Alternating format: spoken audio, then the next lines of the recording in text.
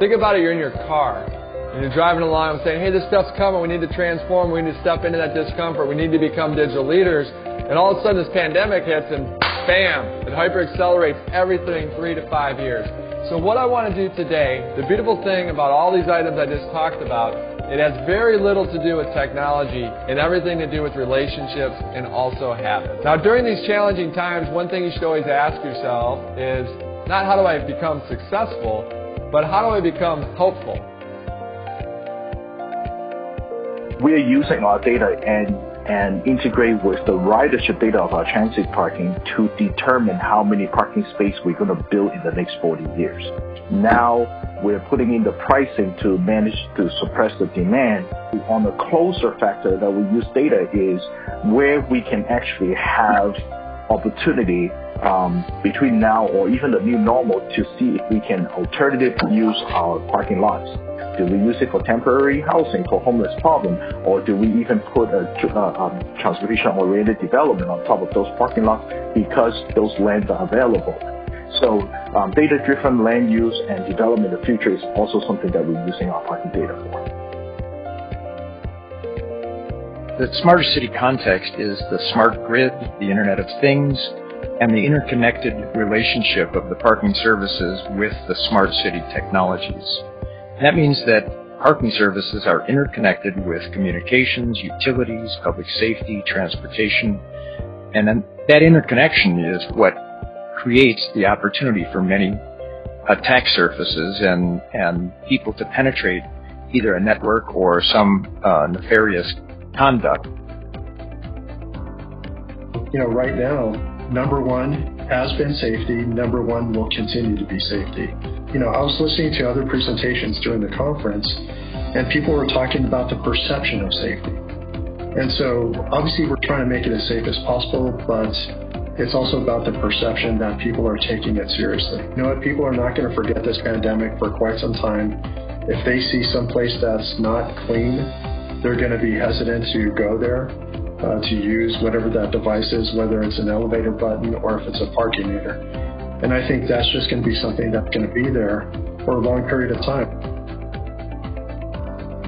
The parking industry's GDP contribution, its total GDP impact of $175 million, that's equivalent to about 1% of the U.S. GDP in 2018. The gross economic output supported is estimated at $262 billion.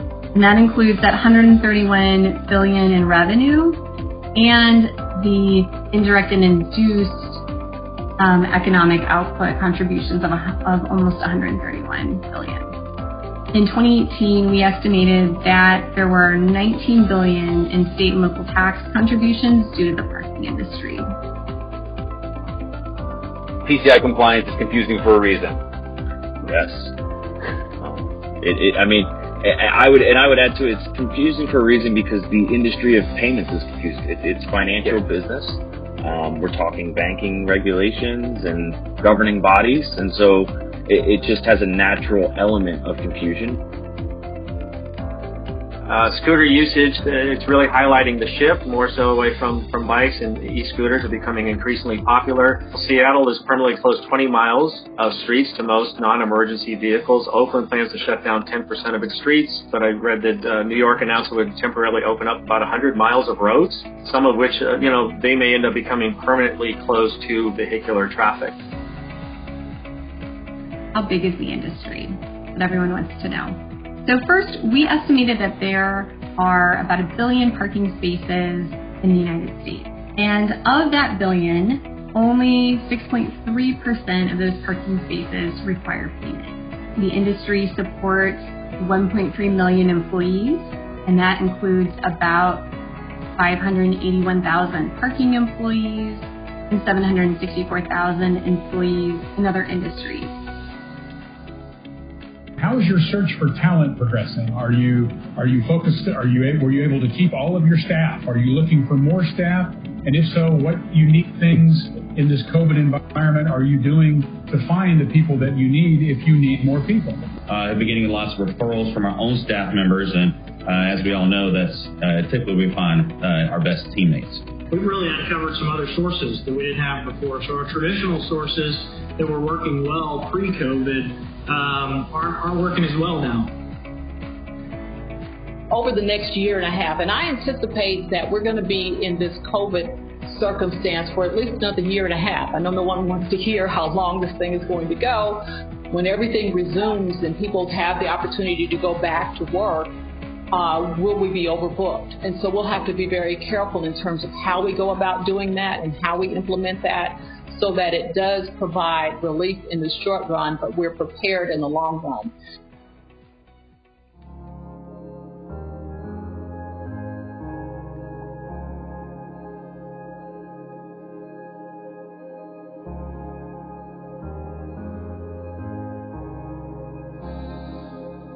I want to say thank you so much for including me this year, and congratulations to the rest of the team, the class for 2020. Thank you to everyone for this honor. I appreciate it greatly, and thanks to all my lab family for being here to support me. Very honored to be a part of this class and look forward to connecting with you all.